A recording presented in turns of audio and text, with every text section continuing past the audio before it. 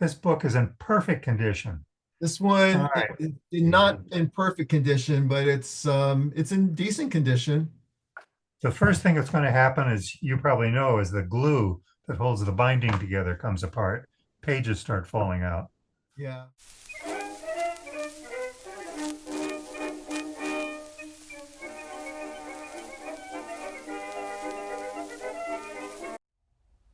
Welcome to the Dummy Show. I'm John Kelly, and I'm the publisher of Dummy, which you can get at dummyzine.com. That's dummyzine.com.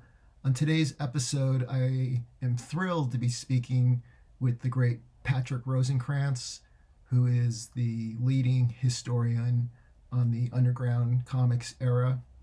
Patrick is the author of, I don't even know how many, but many important books about the undergrounds, including Rebel Visions, which now 20 years after its publication remains the most comprehensive book about that important era. I talked to Patrick about Rebel Visions and some of his other books, which sadly, many of them are now out of print, and you can get them online for the most part, but some of them at really prohibitively expensive costs.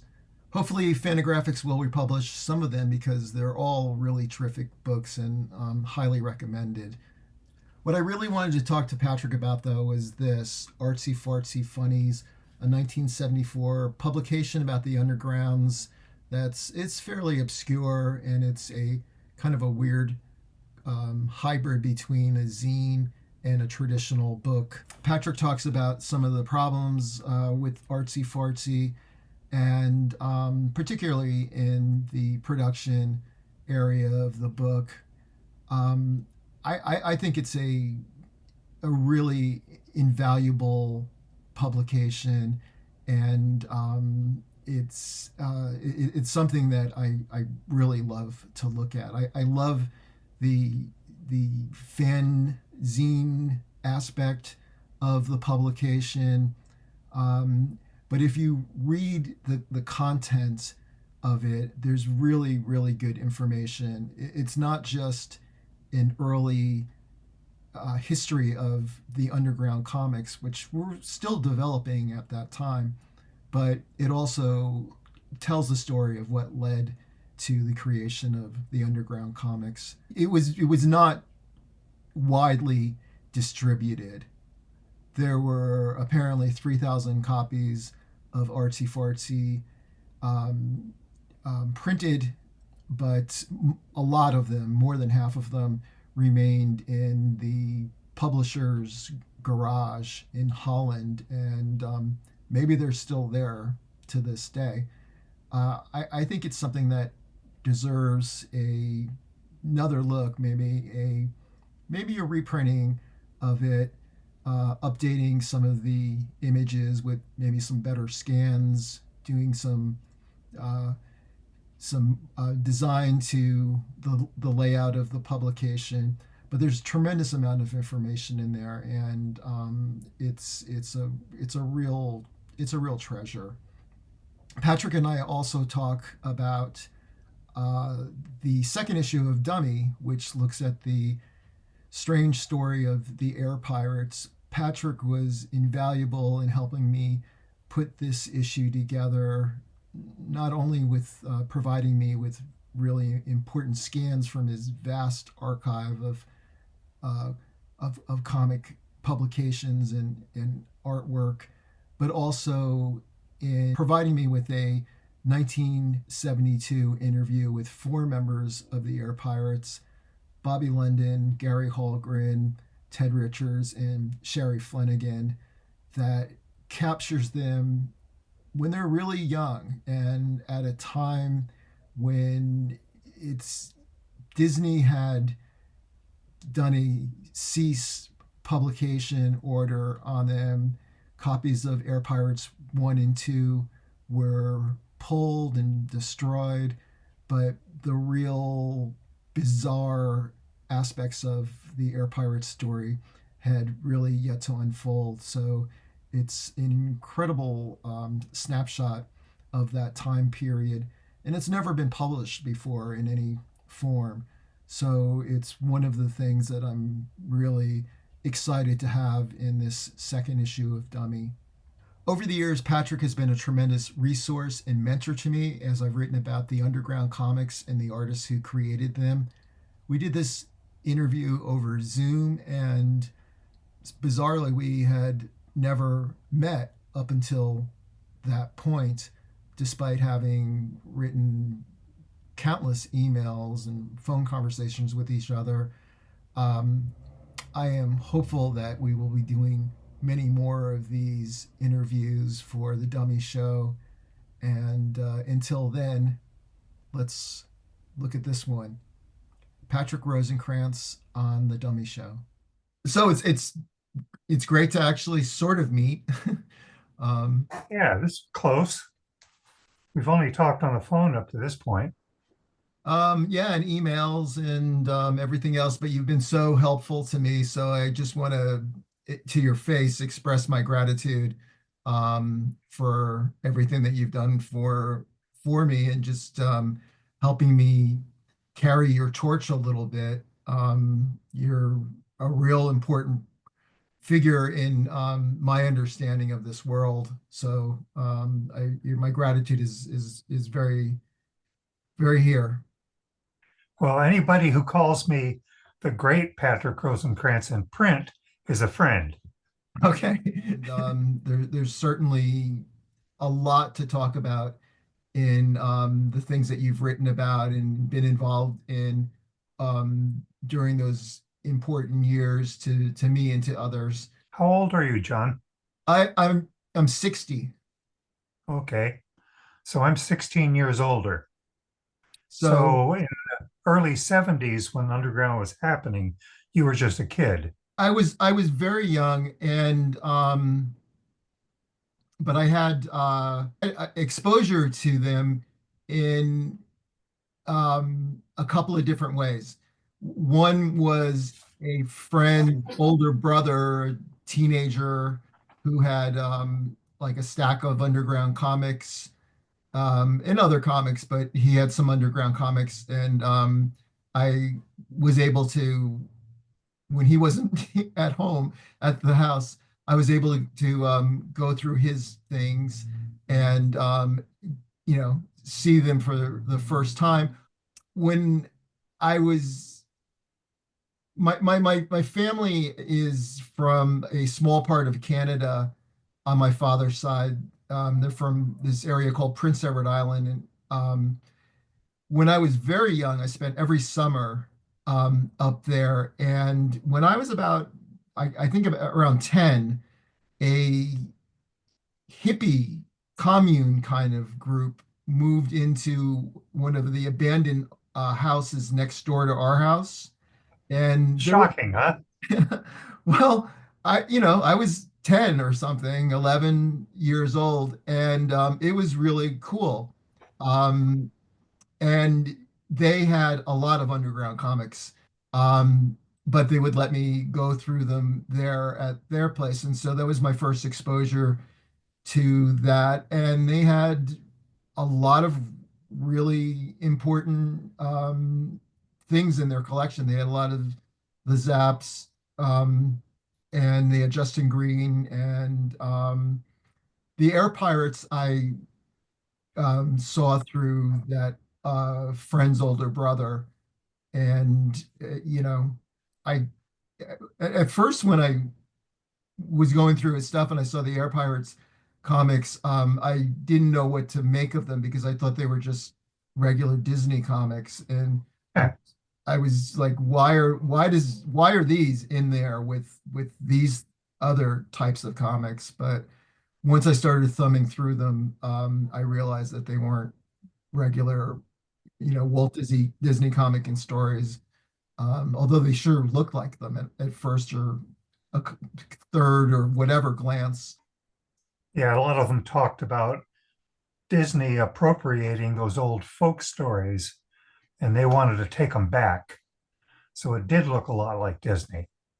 Yeah, yeah. Well, very intentionally, they wanted to do perfect Disney, and In some ways, they really did. I mean, I spent the last year um, going through every single thing I could get my hands on regarding the air pirates, and some of their pages are just absolutely stunning. So Yeah, I've seen evidence of that on your Facebook page, and I'm really looking forward to dummy number two. I sure am too. And it is this close to being done. Just fine tuning, making changes. I was making several changes today, but it's only making it better. And I think that people will be very happy with it when it comes out. It's surpassing my hopes for what it would be. It's You're still going to self-publish though, right? Oh yeah, absolutely. Yeah. Well, John, I'm glad to see you're picking up the torch, as you said. I've gotten kind of old and I don't have the energy to do some of those things I did in my younger days. So I'm glad to see that someone else is taking the subject, investigating it well, writing with real enthusiasm like you do. Well, thank you. I mean, it's a great subject, and there's so much more to cover in that world than has been covered. There's just I continually am amazed at the things that I come across that I had no idea what they were, and that's the joy, I think, of any journalist really is just discovering something that you didn't know about, right? And especially when it's in an area where you're supposedly somebody who, you know, is an expert or whatever the term you want to use is, somebody who knows about something, and then finding that there's plenty more that you don't know anything about, right? Right. Well, in the early days of undergrounds, things would happen and you'd become aware of them. It's not like now where you're looking back and reading something from 20 years ago, 30 years ago, 40 years ago, and it all gets mixed up in your mind. I actually saw the things evolve and appear and change other people. That was the fun part. Yeah, and you were also often there, right? I mean, you were a lot of the I stuff, paid close attention. Yeah. yeah, but a lot when I'm writing about that era, um, hopefully the people, a lot of them are still alive, and I'm able to connect with them and get the information from them. And there are some publications and books that do chronicle the era, but it is a different experience than actually experiencing it firsthand as it's happening. You know, Right. maybe if you're writing about something at the time that it's happening, there's less perspective of history for it, and looking at something that happened, especially like taking the air pirates, for example, right? That was 50 years ago. And I am not sure what I would have thought of it at the time. I still don't know what I think of it sometimes, even though I've been spending a lot of time thinking about it. It's such a perplexing story. Um, but historical context does shape it to a certain degree, at least. There's lots of things about this second issue of Dummy that I'm very happy with. Um, but for me, really one of the big joys is having that interview you conducted with the four of the members of the Air Pirates in 1972, that has never been published. It just captures them at a moment before, they're so young at the time, Yeah. and so are you. Yeah. But it's they know something is happening, but it's not like it's not the same thing as like when I'm talking to them today about it, right? And all of these years have passed, and the whole thing saw itself unwind and wind back and, you know, settle. They were in the moment of it. And that's a really amazing snapshot that I'm so glad that it exists. And I'm so glad that I'm able to present it to people in this issue of Dummy. Well, during that time period of 72, 73, I tried to look up everyone I could find. And I had no intention of publishing the interviews. I was using them as research so that I could use some of the material in them in a book. And in those days, there were very few places that you could even publish one of those interviews.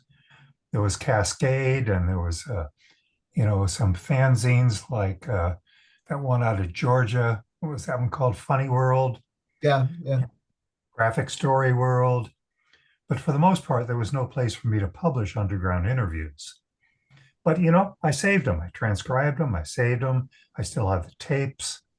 I still have the photographs.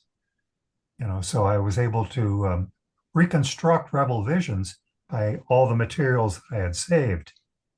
And in 1998, when I was doing that research, I found that the cartoonists were much more apt to see things in perspective, as you earlier mentioned. They would talk about their legacy. They would talk about the body of work. In the early 70s, they were a lot less candid. And it was more like, what are you doing in my face? What do I have to talk to you for? But much later, when I did it again, it was a whole different story. sure.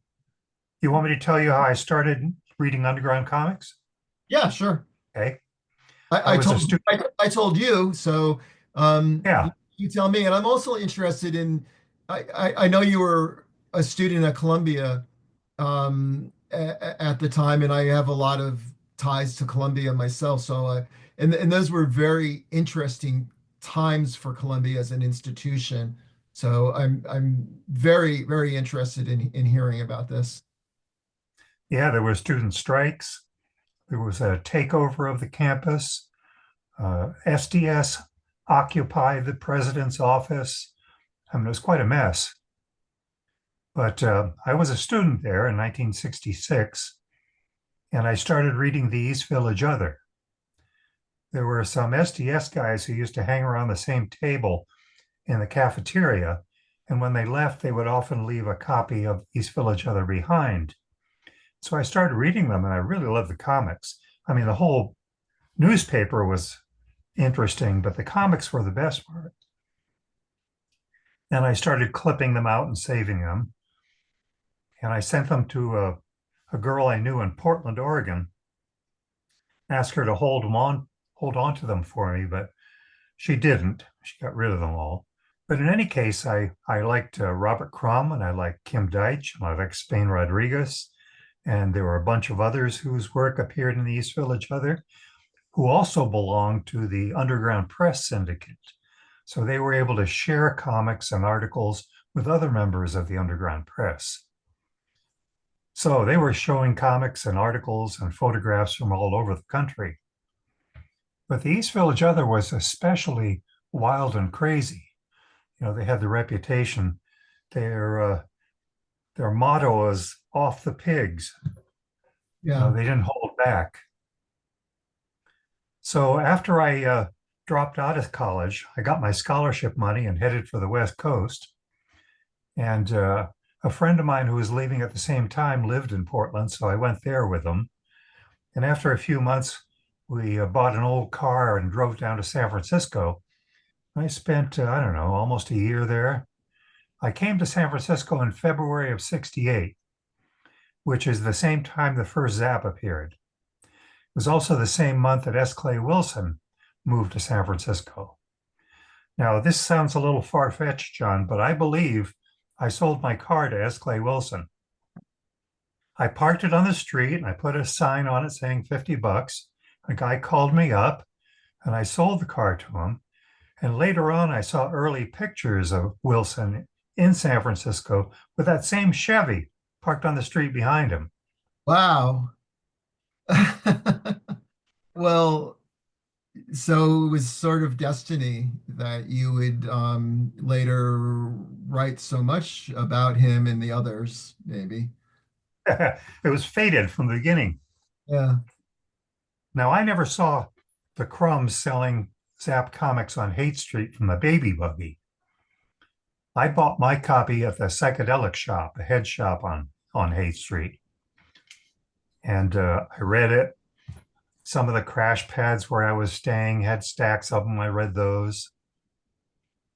And then sometime after that, I went back to New York and I lost all my stuff. I had nothing but a small kit bag to cross country hitchhiking with. So when I got to New York, I found head shops are everywhere. Yeah. So I bought some new ones. And then sometime later, I went back to Portland and I'm looking for a job. And there are all these jobs I don't want. You know, there was a furniture factory who was one of the few who would hire long hairs. I got a job working for a roofing company while painting this crap on roofs. But finally, I went down to the office of the Willamette Bridge, which was Portland's underground newspaper, and I asked about a job, and they were looking for an advertising director. They had everything else covered, but no one to do the advertising. I said, sure, I'll do that. My father was a traveling salesman, so I knew how to sell. And pretty soon I'm bringing in a lot of ads, and they offered me a percentage for salary.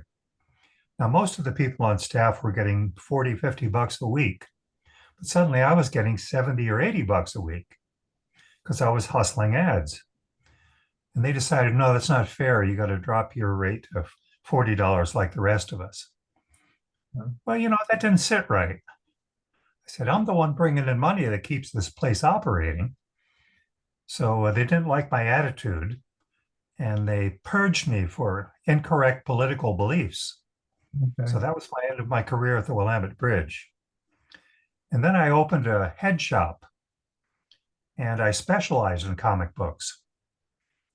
I had this big rack of comics. And for a while, I was even repping for Kitchen Sink Press and uh, Rip Off Press and Print Mint, selling to other bookstores and record shops in the Portland area. So by then, I was very firmly involved in underground comics. I want to talk about Artsy Fartsy and but it brings back something that I remember that you wrote in some of the early pages of Artsy Fartsy, and you're one of the great things about that publication is that it's not. I think people would think of it as an early history of the underground comics, right? But it was written during a time when that history was still had a couple more years to evolve, right? At least a year or two, right? You put it out in 74, but it's a lot more than that though. It's you go into how the underground comics got there and their predecessors, and that's what I really love. There's lots of things I love about Artsy Fartsy, but I just love that the thought that you put into it to go through, Tijuana Bibles and then the alternative newspapers, and then you get to the underground comics. But at one point in there, you were saying how what was great about the alternative newspapers for the artists was that they would do some work and then a couple of days later, or a week later, or something, there it was in print, right? Sometimes it's not the best of printing, but it was there. It was sort of immediate gratification, um, which we live in a world of immediate. The media world is just immediate gratification at this point, and to its detriment, I believe in a lot of ways, right? There's a lot of there's no sense, there's no I don't want to say censorship, but there's no guardianship over what is out There's there. no filters. Yeah, there's no There's no filter. editorial control. There's no one checking facts. Right. I appreciate your kind words about Artsy Fartsy, but it was a real disappointment to me. In what way? Well, I'd gotten a contract from Crown Publishers, and they were going to publish a big, beautiful underground comic history. I got a cover drawn for it by Everett Garat. I did all this research for it. I made a trip to New York to meet the editor. They gave me a $1,500 advance. I used that money to immediately go out and do more research in Chicago and Wisconsin and other places where cartoonists lived. And then I sent them in my first chapters.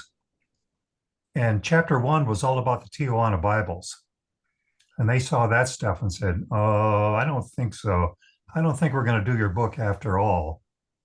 And Okay. that was also the same year that the Supreme Court decided that local communities could determine what was pornography.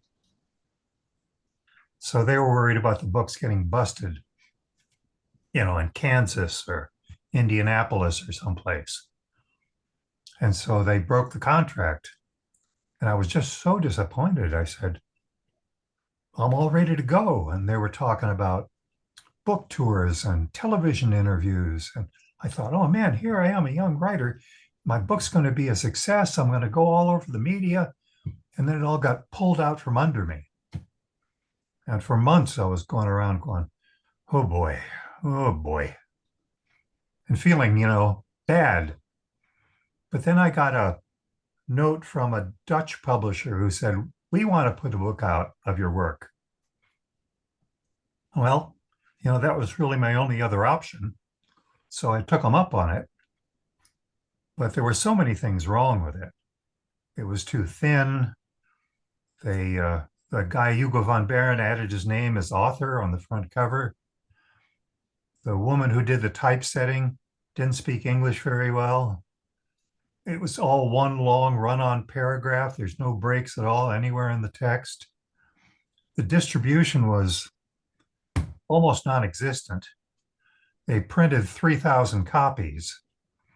And 20 years later, I contacted the guy again to see if he had any more copies. He still had half of them in his garage Where was the garage located? in Holland. Did, Lauren was the name of the place. And by that time, he was working as a grip on film shoots. okay. So I was going to Europe that same year to do some other stuff. And I made arrangements to meet him. And I planned to buy at least 100 copies of my book and then get a sticker made saying, 20th anniversary edition and sell them for more money. But after agreeing to meet me in, what was it, Luxembourg, he never showed and I never heard from him again. So the book was a big disappointment. It was like, oh, I wish I'd had that Crown Publishers book. It would have been so much better. And that same year that Artsy Fartsy came out, a guy named Mark Estrin published a history of underground comics through Straight Arrow Press, who Yeah. was, Rolling Stone. And his book got publicity and they had a big party. And I'm sure he sold many more copies. Have you seen the book? Oh, yeah, I certainly I've had several copies of it over the years. Yeah. Well, it's okay, but I thought There's mine was no, better. there's problems with the book. I'm glad that it exists. I guess that's I could say that about a number of a number of books. I'm glad that they exist. They're certainly not perfect. He was an English professor in a university in Buffalo, and he did all of his research long distance through mail. But I actually went there and met people. So Right. mine is a lot more personal. Sure. Yeah, absolutely. Yeah. I, So it was a long time later before I even saw any copies anywhere in America. I was in Anchorage and I walk into a bookstore and there's 3 copies of Artsy Fartsy sitting on the bookshelf. And I thought, oh, I should buy those. I should buy those. And I thought, no, I'm going to leave them here for other people to buy so they can read it. okay. And in 1998, 8, I think, I get a call from Kitchen Sink Press. The editor, Robert Boyd, said, I'm holding a copy of Artsy Fartsy Funnies here. It's falling apart, but we want you to make a bigger and better and up to date version of this book. I said, oh man, I've been waiting 25 years for someone to ask me that. So I started immediate work on Rebel Visions. So it's somehow, the disappointment in Artsy Fartsies was compensated years later by a better book. Well, Rebel Visions is a great book, and you should be very proud of it. It it sets the standard, I believe, for books about the era.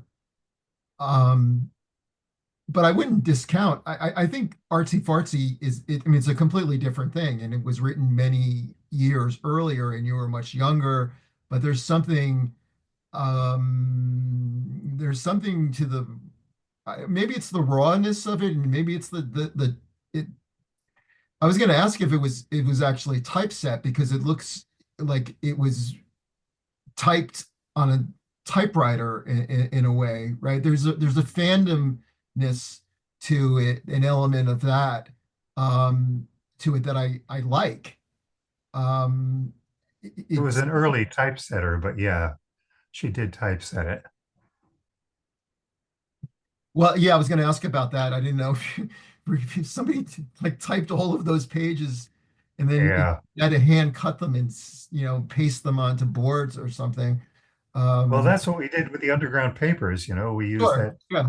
wax, stick them down. Oh, We'd read design pages. sure. No, my first job after college was at a newspaper, and it was an actual real newspaper, not an underground newspaper, and that's how we the paper was put together, even in the mid 80s, still using wax machines and razor blades and rolling down the stuff and putting them on boards and sending the boards to the printer. Seems And so primitive now.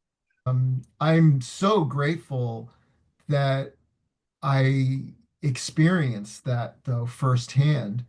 It's There were a couple other publications at the same time as Artsy Fartsies that fit into that category that you were trying to describe.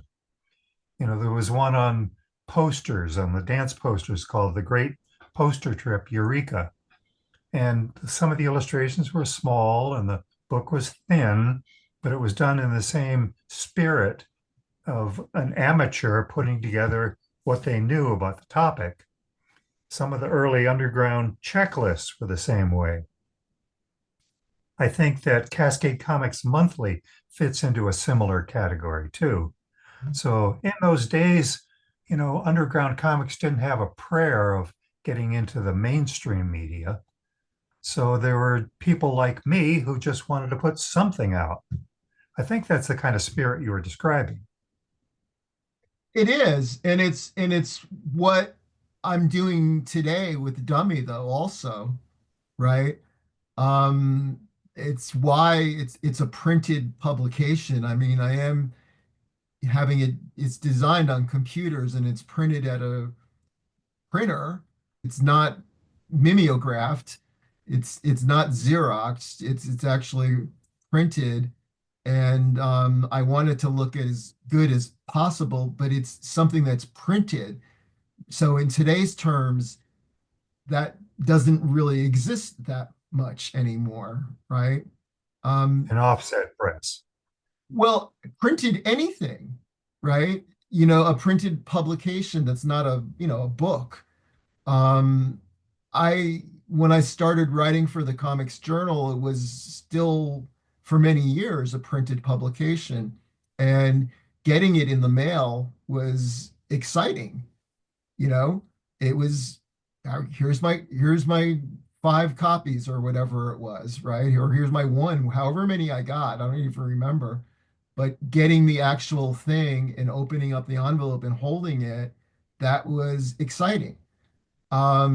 When you're writing for Yeah, a publication online, it's you you post it, and hopefully they publish it soon afterwards, but there it is, and there it is forever, just on your computer. You never actually have the experience of touching it, really, right? uh, Smelling the fresh ink. well, doing that and then handing it to somebody, right? There's that experience is gone. And when you're writing about, I found that when you're writing about art or artists, um, looking at the images on the computer when it's surrounded by all of the text is a very different experience. It's not a satisfying experience.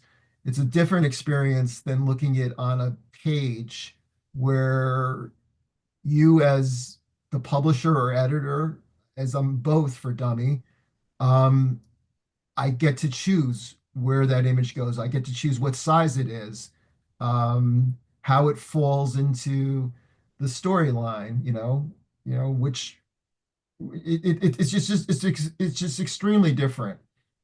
And it's what I just got sick of writing for about 15 years or something, writing a lot of pieces and never having them actually printed, right? They were always, there's so many online, and I wanted to be able to hold them again. And I decided I would just I wanted to make a copy of the first issue of Dummy, mostly just for myself, because I wanted to hold on to it, right? And then I wanted to give a couple of copies to Gary Panter and some of the other people who were featured in that issue, and to give it to them as a present almost, right?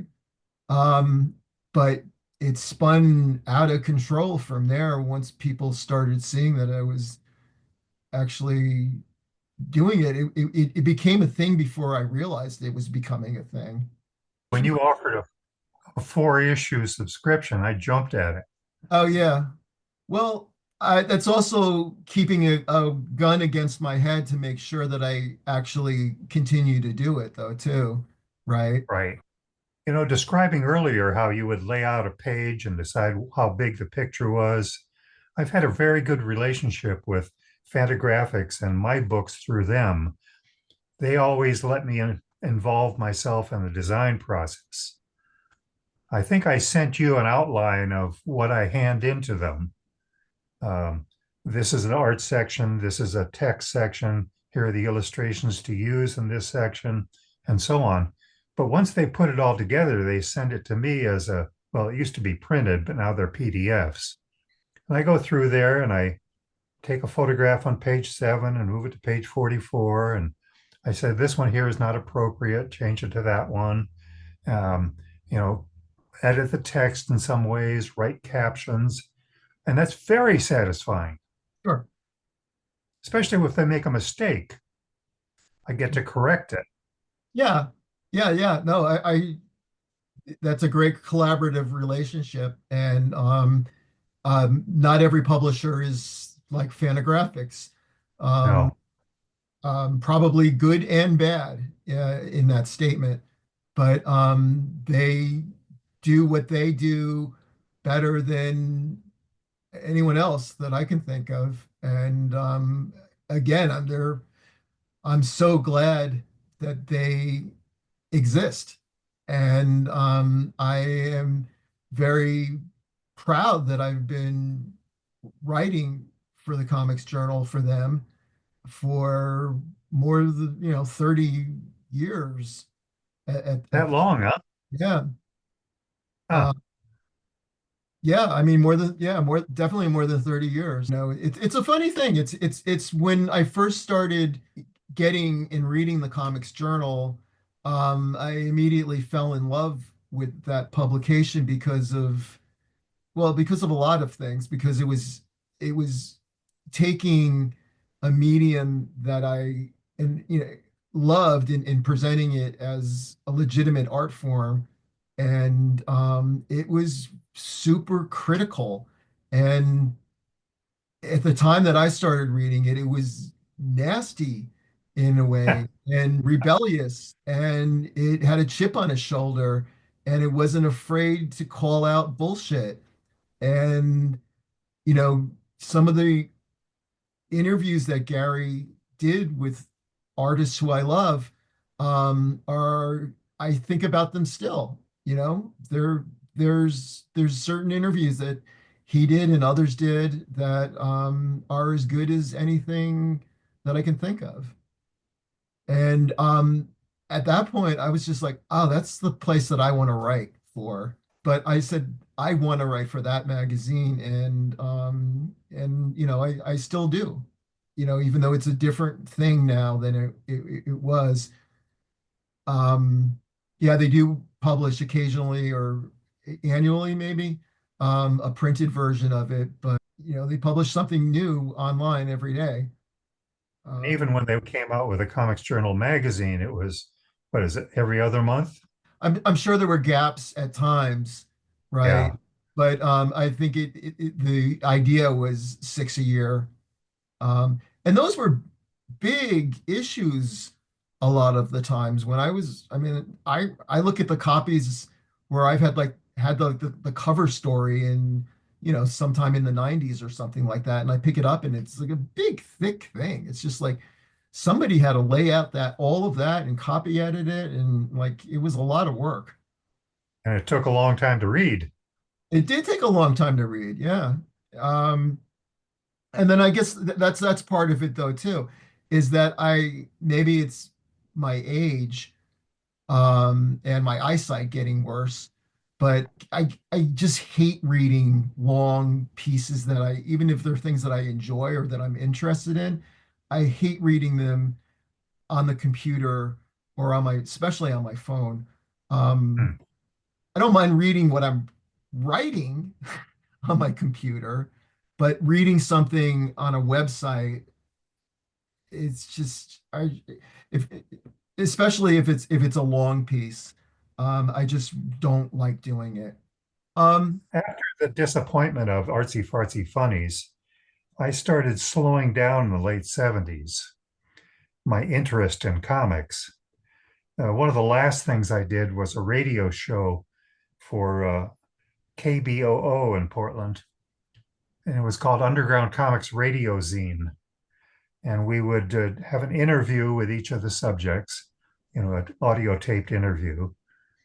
We did Jay Lynch and Robert Williams and a couple other people. And we'd also bring people up to date on new publications like when Raw came out, Weirdo came out. But, you know, after that, I just completely lost interest in the whole subject. And all through the 80s, I paid no attention whatsoever. It wasn't until the mid 90s that I even picked up the Hernandez brothers. I thought, wow, these guys are great. I should have been reading these all along. And Dan Klaus and Phoebe Glockner and so many other people I hadn't even been watching at all during those years. And then when someone came along and asked me to do Rebel Visions again, well, I unpacked all my stuff. I re interviewed everybody. I reread all the materials. I did some more traveling. So for all those years in between, I had nothing to do with comics. I was a newspaper journalist. I was teaching at a performing arts high school. Uh, I went and lived with the Eskimos for a year. You know, wow. all these other things that have nothing to do with comics. And I'm glad to be back. I've really made my name in the last 20 years as a, you know, a source for comic materials. After doing Rebel Visions, I thought, okay, I'm done. That's it. And then Gary Groth asked me to do something else.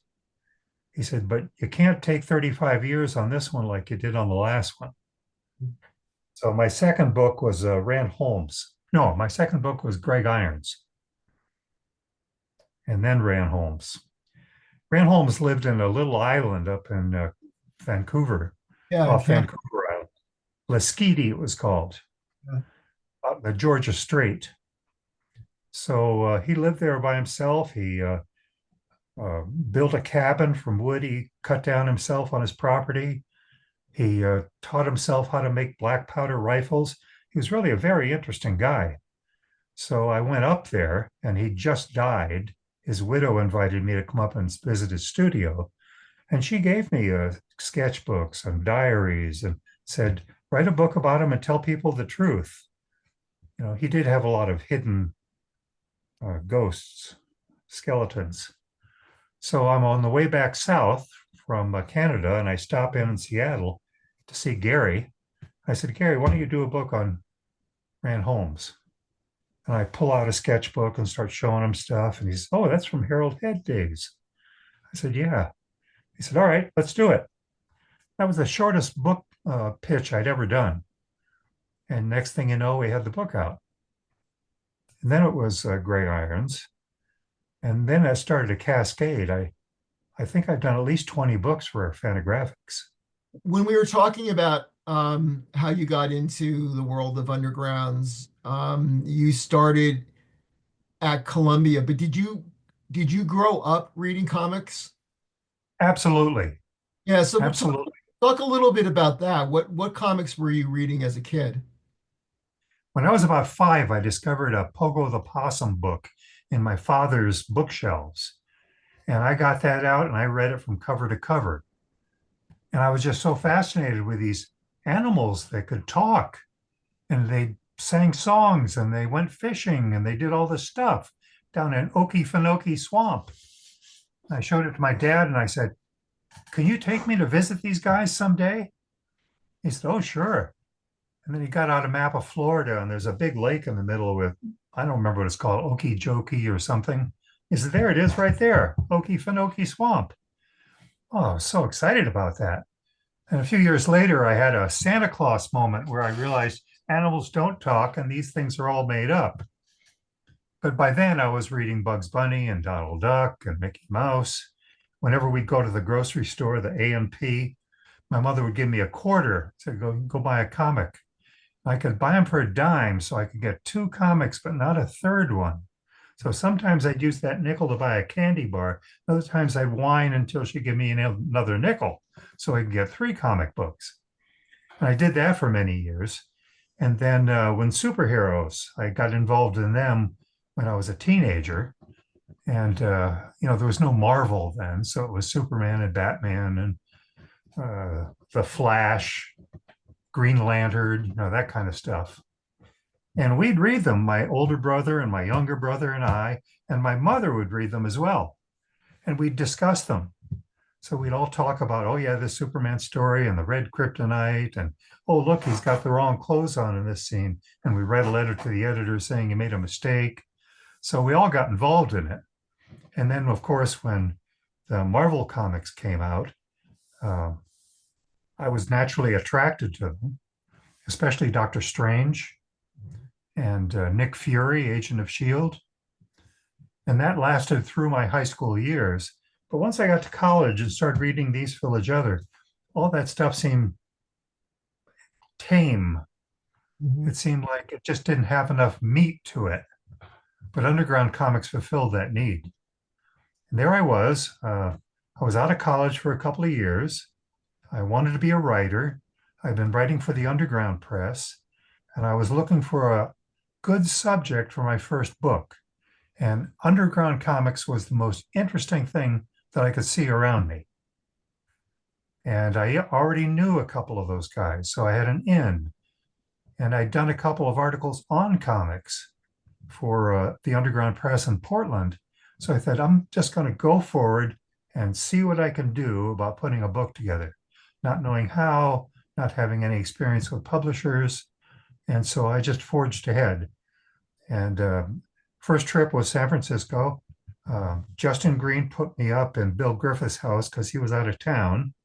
And I went everywhere, talked to everyone. And by that time, I'd been doing photographs for about 2 years.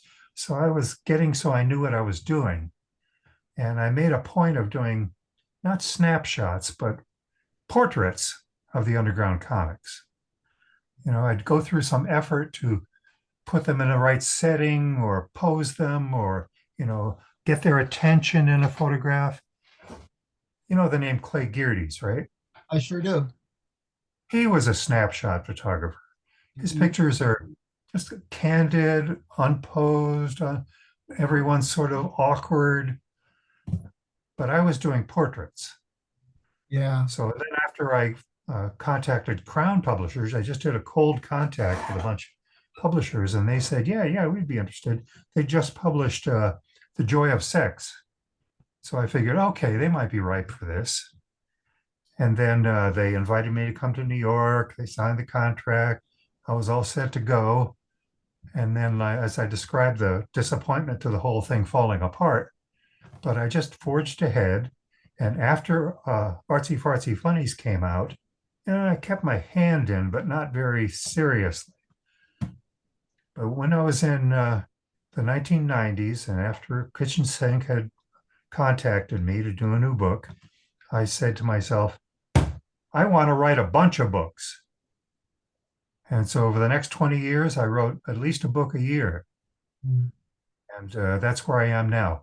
A couple of years ago, I announced that I wasn't going to write about comics anymore, which of course was a lie.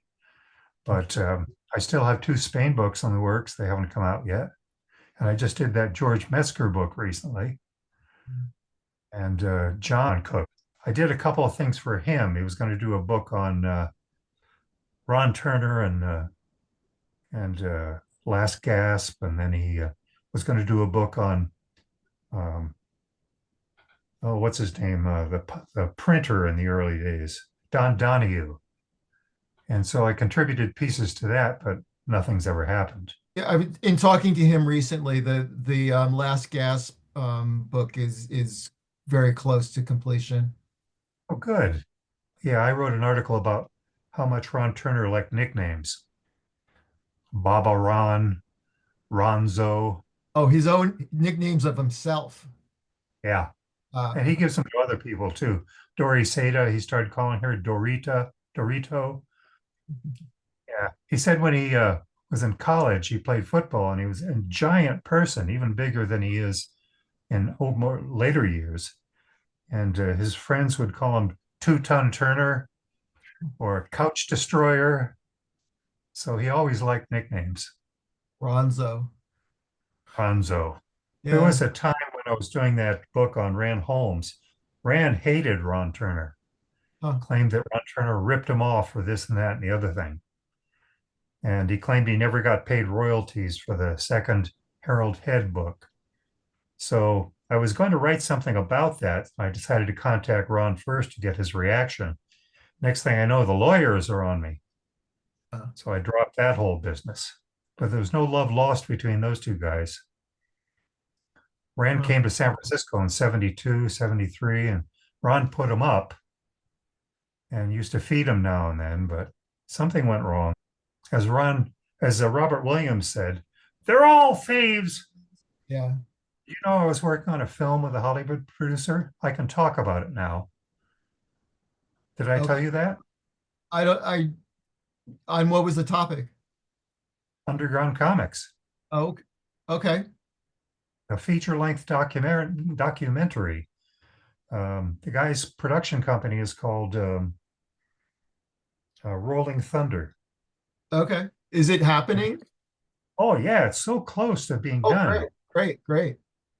We've both been working on it for 5 years or so now.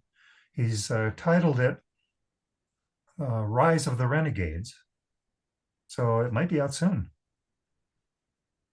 But man, it's so exciting. He's doing such a wonderful job Have you seen covering everybody. have you seen any of it? Oh, yeah. He sent me rough cuts ever since last June. And it's good. It's very good. Oh, great, great. I'm in it. Yeah, well, you're in Married to Comics, and that's a really good one too. And Um I'm in Pigheaded. it, it- Well, this one that Peter is doing is really comprehensive. well, I'm very excited about that. And he got interviews with people before they died, too, including Justin Green and Aileen Kaminsky. Okay, Yeah. Yeah, he got Crum and Kaminsky at their home in France. And on that same trip, he got Gilbert Shelton and his wife, Laura Fountain. nice. She's literary agent for Chrome. Yeah. She's a good photographer too. Laura? Yeah. Yeah. In fact, I'm using a bunch of her photographs in that profile of Gilbert Shelton in Paris, Okay. Yeah. Yeah. up close and candid. Yeah. I think it's one of the other really um, great things about you is that you also not just documented the era with your writing, but you also took so many terrific photos. And there's not a lot of photos that exist. No, Um, and maybe that's across the board. Maybe that was just a time when people weren't taking photos. I don't know. you Um, had to carry a camera, not an iPhone. yeah, right, right. A Very, lot very, of people didn't carry cameras, so they had those little Instamatics. yeah, But I carried a SRT 101 with me. In fact, I carried two of them most of the time. sure. Yeah. You Did know, you? when I was in Alaska, that was my job to take photographs. We were documenting changes in Eskimo lifestyle because of oil exploration. And I was working for the North Slope Borough, which is the government unit up there. So I always had two cameras, one black and white and one color. And I had to keep them under my parka, under a vest, because otherwise they'd freeze up. Sure. So I get somewhere to take a pictures and I zip down, reach in, pull out the color one, take pictures until it froze up, stick it back, get the other one, take pictures with it. And at a certain point, I had all the lubricant removed from the camera so it wouldn't freeze up so fast. Oh, okay. That's counterintuitive, sort of, though, isn't it? It's like I would think that the lubricant would have. Oh, it ruined the camera. Oh, Yeah, the cameras were shot after a couple of months, but I could have them out in the cold longer. okay, okay. Interesting. Yeah, we went elk hunting up in the mountains. We got a whale and started butchering it.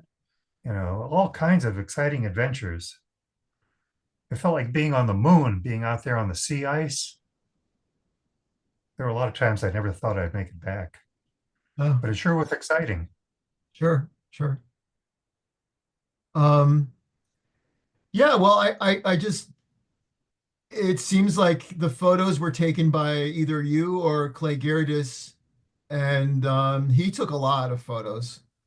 He did. He did. I can't really say I like him or him. He insulted me a number of times. Did he? Yeah. Yeah. Um, I never met him. Um, so I can only say, as somebody who writes about this and reads a lot about this era, I'm grateful that he did take those photos, that they exist, at least there are something, and that um, he did document what was going on with his publications. We're not supposed to speak ill of the dead, but he made a lot of mistakes. You know, even some of the underground cartoonists said to me, his article would come out and it would be full of mistakes. And I'd say, Clay, what makes you think you own this subject? You're not the patron saint of underground comics. So Would he's he kind of an respond? obnoxious guy. The first time I met him, I called him up and I said, hey, you and I are both interested in the same subject. Maybe we get together and talk about it. And his reply was, no, this is my turf. You stay out of it. Okay. Yeah. When Peter, the filmmaker, was looking for other photographs, he ended up using a lot of mine. But there's a book called, uh, I can't think of the name of the book now, that had photographs of Spain and Spiegelman and a couple Yeah, others. it's like the underground birthday book or something like that, or Well, whatever. there was that one, but that was years later. He wanted stuff from the 70s. And then there were a few things here and there that he managed to chase down. There was a girl in Southern California who was friends with both Crumb and Robert Williams, and she had some pictures, but they're few and far between. Yeah. I don't have everybody, but I got most of them, You even a have a lot of lot. obscure ones that no one ever bothers with today. When Drew Friedman was doing his yearbook with the portraits of all the underground cartoonists in it, neither of us were able to chase down Buckwheat Florida Jr. But finally, Drew found a connection to him, and he's in Thailand of all places. Yeah. So he's included in the book too. Yeah, and then when I wrote something about Drew's book for the Comics Journal. I interviewed Buckwheat, Florida, Oh, for did you? yeah, I did. And the Mad Pack. Uh-huh. I was very happy to get both of those guys. I'm actually, it's not scheduled yet, but I'm um, hoping that it will come through, that I am going to do what we're doing right now with John Peck, and talk to him about his career. I would love to do one of these with Buckwheat, Florida. I don't know that he has a computer though to do a Zoom Or though. much to say. I mean, his only did what, Suds? Yeah, he did. It was just a peripheral connection. It's Suds, and he was in Yellow Dog a lot. Yeah. He had pieces in there, but that's about it. I'm surprised that Mad Peck is still alive. He must be what, 80s? Yeah, he's definitely 80s. Yeah. Um, he was fascinating though. When I talked to him after Drew's book came out, we were on the phone um, for a couple of hours, Huh. and super interesting guy. He got Justin Green's career started. Yeah, that's part of it. I had kind of forgotten about Justin's connections to, you know, Providence and Rhode Island and Brown University. Um, but I bought some T-shirts from Mad Peck back in the day. There was one for Indian motorcycles I wore a lot. so when you were putting Artsy Fartsy together, what exactly were you trying to do? There wasn't anything that really chronicled um, that era at that point in existence, really. And again, as we were saying earlier, I was saying earlier, maybe, um, it was still happening. So what was your end game with what you were doing with the publication? It was still happening, and yet I could see the end was coming. So I wanted to record it before it all fell apart. I had no idea how that might happen. Um, Plus, I was very anxious to get a book published. And the idea that they would send me on book tours and set up interviews was very exciting for me. And when it all went under, I was trying to find something to make my disappointment feel better. And so I leaped at this guy from Holland to do another book. But I wanted to tell about the people. I wanted to show their faces. I wanted to do a checklist of all the comics they appeared in at that time. So a lot of people found that the most valuable part of the book. I wanted to write about how things evolved and what some of the people did, what some of the exciting events were. I can't remember if I talked about the Berkeley Con in Artsy Fartsies. Do you recall? The Berkeley Con was 73, so probably not. That was the first big convention for underground comics. It was Mm. really exciting. And but my photographs too were of primary importance to me. I was proud of them and I wanted to use them. So some of those same photographs, of course, are in my later books. Sure. What did I have in mind? Well, I didn't want to make myself the authority or anything like that, but I did want to tell their story. They were the most exciting thing I could see around me. They were doing groundbreaking stuff. They were busting taboos. They were undoing the Comics Code Authority. They were so bold and so brave to tackle some of those subjects they touch. You look at R. Crumb's work, Joe Blow, family in suburbia, a nuclear family, and the father's fucking the daughter and the mother's fucking the son. How could he do something like that? How could he make himself go past all those internal taboos and write that down? And S. Clay Wilson with Head First, where some pirate whips a big dick on a bar and the other guy chops the end of it off and eats it. Somebody gave those two permission to break through the taboos and draw that stuff on paper. Victor Moscoso said, I can see them drawing it, but publishing it, that's a whole different thing. So I was just so impressed with them. They were like, I don't want to call them heroes because they don't like that term, but they were certainly role models. I think that's my impetus in doing the book. You don't start with the undergrounds. You go much earlier than that in Artsy Fartsy, and for me, I'm very happy that it exists. They didn't appear out of nowhere. They had predecessors. They evolved. That's why I started Rebel Visions in 1963, because that was the watershed year. That's when people started to break out or have traumatic kinds of experiences that made them angry or rebellious. And that's where it started. And those fanzines, they were definitely part of it. And college humor magazines, oh, yeah, you can't deny their influence. Would you ever, it's been more than 20 years since Rebel Visions was published now. Was there any, I mean, I assume it's out of print? It might be. I mean, you can still find secondhand books. Find secondhand books, but I guess what I'm asking is, would there ever been any thoughts of some sort of anniversary edition that brings in some additional material? If there was any that you've written since then that would fit or work for that. Well, I did get a chance to do that in 2008 with a paperback edition.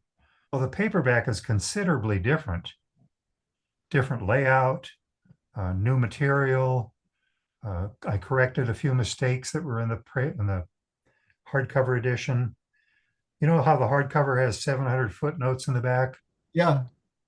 Well, I took all the footnotes out and presented that material in a different way.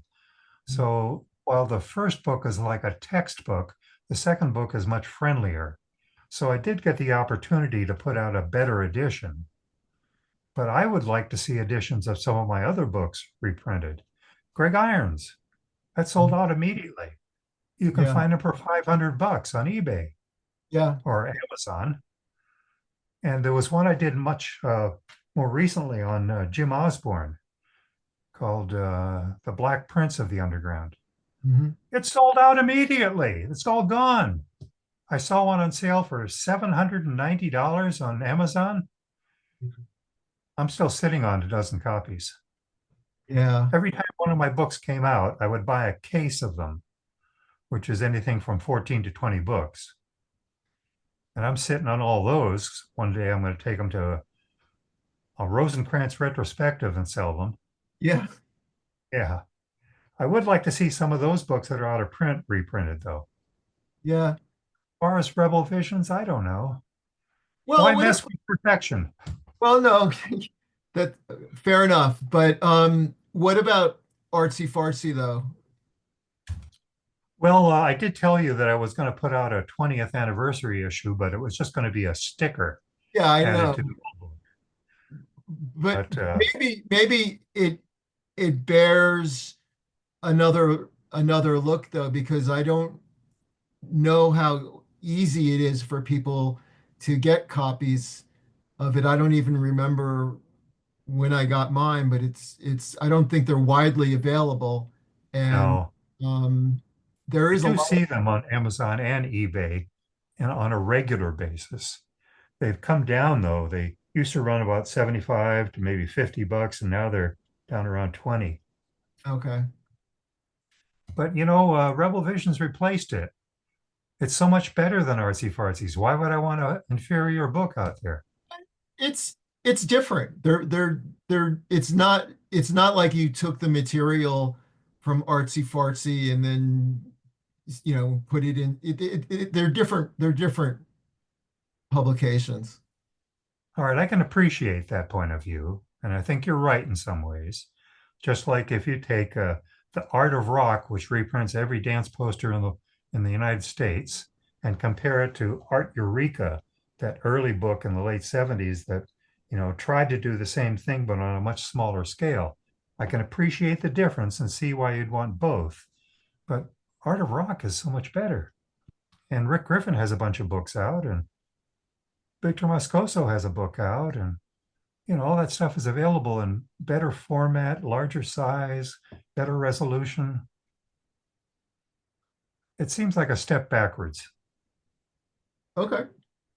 I would entertain the idea if someone wanted to do it, especially if they wanted to repackage it as a anniversary reprint or something along those lines. Is that what you're thinking, John? I was thinking maybe, yeah. I mean, I'm look, this is this the world of dummy is evolving all the time, right? Um, Yeah, and I'm you got I'm to keep that momentum going. You really got a good thing here. well, I'm publishing stuff, and I would like to reprint certain things that I really like that have been out of print for a long time that I think should be in print. And I don't see Fantagraphics or somewhere else reprinting Artsy Fartsy, right? If but No, no way. someone like me, maybe that if I think maybe yeah, there's great but there's great content in there. Um, we could make it we could make it look better given the access that we have to technology and printing and the images, right? It wouldn't have to Yeah, be just black and white and with that funny typeset, what looks like a typewriter thing. There's something quaint and lovable about that I like in the original, but you also want to not challenge the reader to have to work as hard to just to read something, right? yeah. The chapter headings have a handwritten lettering too that's really crude. And I love that. But yeah, I mean it could be done in another it could be updated to a certain degree without losing what makes it what it is, if that makes sense. I don't All know. right. Well, if you want to do that someday, I'll certainly be willing to discuss it. Yeah. How did Rebel Visions so you were explaining that Kitchen Sink approached you about doing an expansion of Artsy Fartsy, and that's what turned into Rebel Visions. But how did it move from Kitchen Sink to Fantagraphics? Well, Kitchen Sink went out of business shortly after. Oh, This was 1998, I think. okay. And they were sponsored by, that guy who was doing the Ninja Turtles, Kevin Eastman. And yeah, yeah, And then he went out of business and they went out of business. So Dennis decided to be a literary agent. And he said, let me rep your book. I'll take it around to other publishers. So I went to all the book publishers and they all said, great book, too dirty. So finally, after several months, I said, I'm going back to Gary Groth because I know he wants to do it. And he said he didn't want anything. Kitchen said, I don't want anything to do with it. So we broke our contract. It made some friction between us for a while, but it worked itself out. And then Fantagraphics said, all right, we're going to do it. Let's get started right away. So most of the summer of 2001, I was making trips from Portland to Seattle to work on the layout. And then at the end of, let's see, when did it come out? The end of 2002 or the beginning of three? yeah. Somewhere right around there. Oh yeah, and there was that dock strike on the West Coast. So a whole boatload of them was sitting off the West Coast for months. They couldn't come to land with them. And it got out in time for the APE convention in San Francisco in 2003. I was just blown away by the reaction to it. It was a big deal. And for a while there, I was a hot number. People were inviting me to do interviews and go to their colleges and speak. And, that was very exciting. After a while, it died out and I missed it, but it was exciting for a while. But, here it is 25 years after that. And you're asking me for an interview and you're posting it out there that comic fans can see or read or hear. And that's very gratifying that I'm not forgotten. As long as I'm doing stuff, you're not going to be forgotten. Um, And as long as you keep calling me the great Patrick Rosenkranz, I'll keep cooperating with you.